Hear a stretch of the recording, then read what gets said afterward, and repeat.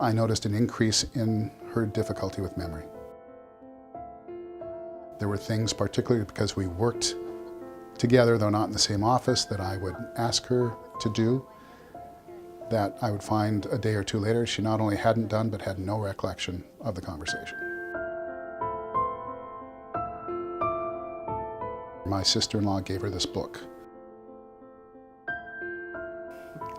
Partway through, I remember her coming downstairs with the book in her hand and tears in her eyes, saying, "I'm reading a book about me." And she was clearly, visibly scared. Well, it's certainly not something you expect, obviously. It was definitely a shock when they said it. It was not a fun day. I'm 54. I like inspirational things, so this was I got actually before I had Alzheimer's, but it was very appropriate.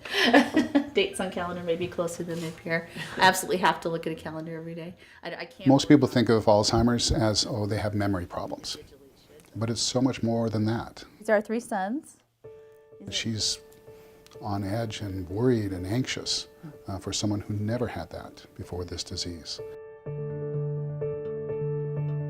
There are moments of isolation that are hard. But at this point, I mean, I can't fear it anymore. I got it. It's just what it is. So let's live life.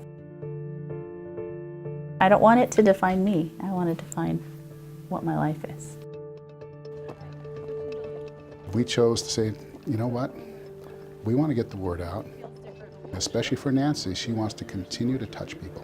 She wants to continue to impact lives, even with this diagnosis. Your mission becomes educating the rest of the world. So people, they want to ignore it. It's easy to want to put it in a box, and we can't do that anymore.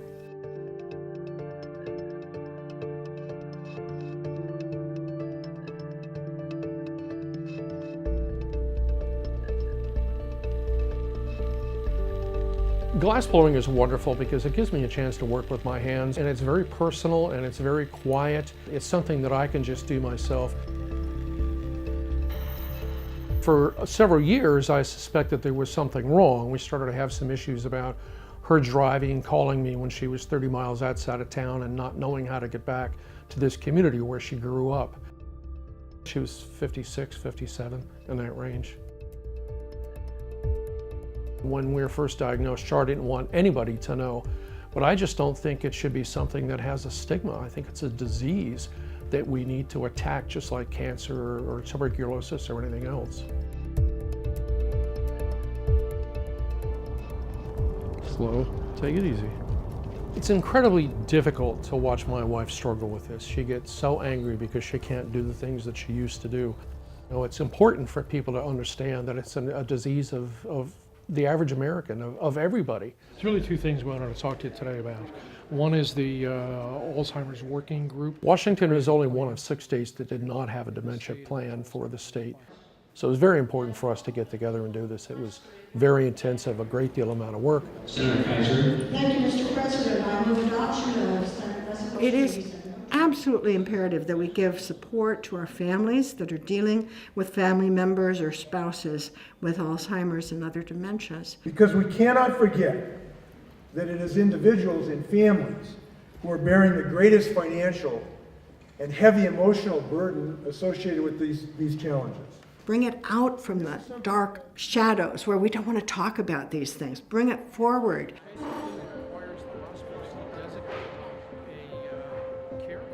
It gives me reason to hope that the researchers are out there doing tremendous work. It's very important that we get our message out, that we reduce the stigma of Alzheimer's, and that we support the Alzheimer's Association in its clinical research.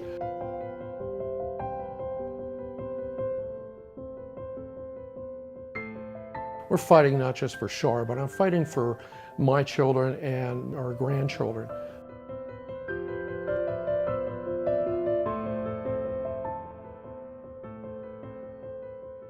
Dad was a very successful businessman. He was a JCPenney manager.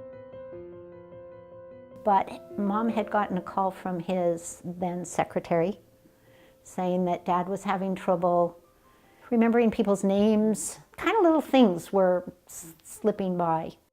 He was about 56 when he retired. You know, in the summers when we were out of school, and he was just kind of like your pal. He was there all the time. In fact, he always called my brother and I his pals. He was always doing something for somebody else, and that just, you know, it gave me that kind of insight to, you know, what a man should be like.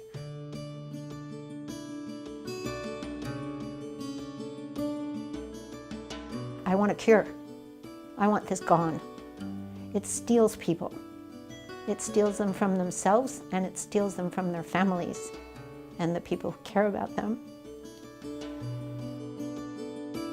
So if we can find a cure in my lifetime, then I can rest more comfortably knowing that my boys are safe.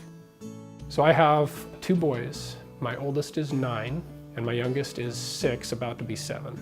When I look at the Alzheimer's Association now and the chemistry and the people that are behind it, that sort of youthfulness and that energy behind the movement in Alzheimer's disease support and research right now, I think that's what gives me a reason to hope.